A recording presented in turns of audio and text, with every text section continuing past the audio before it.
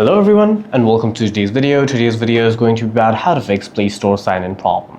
The first thing that you need to make sure of is that you have a strong internet connection. For that you can switch between your Wi-Fi and mobile data and try, and then you can also turn on airplane mode on and off and try again, which resets some of your network settings. If that does not solve your problem, you can head over to settings, tap on apps, tap on Google Play Store, tap on storage and cache, and then clear the storage and cache to make sure that there are no corrupted cache files.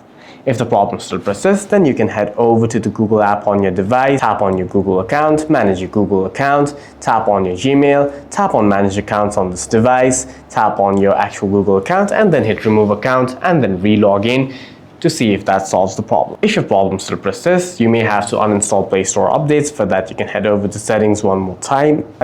You'll have to head over to settings one more time, tap on apps, tap on Google Play Store, tap on the three lines at the top right of the screen, uninstall all the updates and try logging in again. For any further questions, please feel free to leave a comment down below.